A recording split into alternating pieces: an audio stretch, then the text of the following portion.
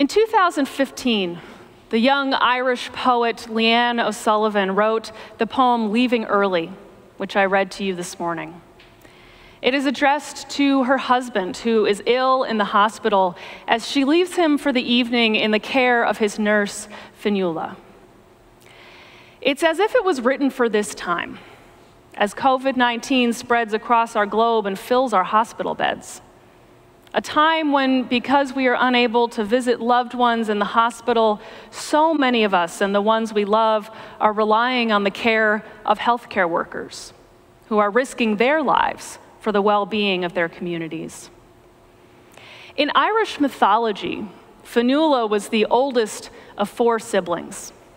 She and her 3 brothers were turned into swans and cursed by their stepmother to roam the lakes and rivers of Ireland for 900 years. Fionnuala cared for her brothers and took them under her wing during this hard time. Eventually, she was able to negotiate them out of this curse through magic. Fionnuala is the nurse who will keep you safe beneath her wing. You'll hear her voice sing song around the ward, lifting a wing at the shore of your darkness. In another life, she too journeyed through a storm, a kind of curse, and no cure there but to wait it out. I know that many of the healthcare workers in this congregation and in our wider community are weathering a serious storm right now, at work and in all parts of life, in order to do their work that is deemed essential. I read a story this week of hospital workers whose boss has begun saying to the team, "I love you," at the end of each shift. The caregivers need to receive care as well. Former First Lady Rosalynn Carter, who has devoted decades of work to supporting caregivers of all kinds, once said, "There are only 4 kinds of people: those who have been caregivers, those who are currently caregivers, those who will be caregivers, and those who need caregiving." Indeed, being part of being human is to care and to be cared for. It's one of the ways that we live out our interdependence. Labor organizer Ai-jen Poo calls caretaking the work that makes everything else possible. Many of the essential workers in this time, especially those permitted to be out and about, are the caregivers.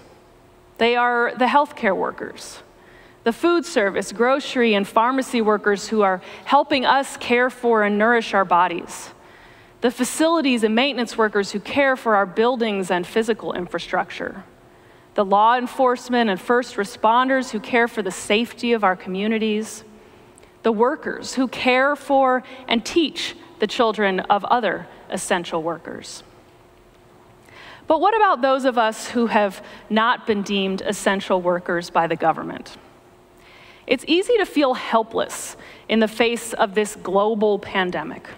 Like there's nothing really essential that we can do, and that because we are forced to stay at home, that we are doing nothing. Over the past few weeks, as you have responded to our congregation's care survey, sharing what you need and how you can help, there has been an outpouring of offers to support and care for others. In fact, the offers of care outweigh the need for care at this point. This is a community of generous hearts. Others of you have been reaching out to the church asking, how can we help in the wider community? What can we do? It's this desire to help that has prompted average people to sew many thousands of masks for their friends, neighbors, and workers in the community since this pandemic began. In an effort to help, many of you are giving money, donating shopping bags to food pantries, feeding those who would otherwise go hungry, delivering groceries and medicine and baking supplies and sustenance of all kinds to your friends and neighbors. Whether or not each of us is deemed an essential worker in this time, we all have essential work to do. But it may not be the kind of work that our minds immediately jump to when we hear this term, essential. Each of us can be of service with the gifts we already possess and with our presence, where we are, and to the people that we are with. As a parent of young kids, I can speak personally to the essential nature of parenting. Many parents, me and perhaps you, are navigating seemingly impossible expectations. We are full-time, stay-at-home parents. We are homeschoolers. We are employees working our paid jobs in or outside the home with little or no respite. There is nothing more essential in my life right now than how I am with my family. Our families, our kids, our loved ones, and those with whom we are sheltering in place need us right now. We need each other, and however much you have to give is enough. There are so many gifted people in this congregation and around the world who are using the mandate to stay at home to their advantage, to serve others in new and different ways. Artists are offering their art and teaching others online, reaching a far more diverse and widespread audience than they would typically. Yoga teachers are offering free classes online to help us take care of our bodies. Counselors and therapists are more accessible to their clients and others because of the ease of telemedicine. And one of you in the congregation, a career coach, shared that without this time taken up by commuting, you're able to help more people, offer more sessions online, and use your expertise to serve the growing number of people who are unemployed. Some of you are enjoying a slower and more spacious life right now, but are eager to help and connect. As life becomes quieter and moves more slowly, one form of essential work is simply the work of noticing. To notice one another, to notice our surroundings, to notice where more love and hope and care are needed, and then to lift a wing at the shore of the other's darkness, as the poem says, and to break down the barriers of isolation in safe ways, reminding one another that we are in this together. Caring for ourselves, too, in this time is not selfish. It is essential if we are to be the kind of presence that we want to be. This includes caring for our spiritual lives.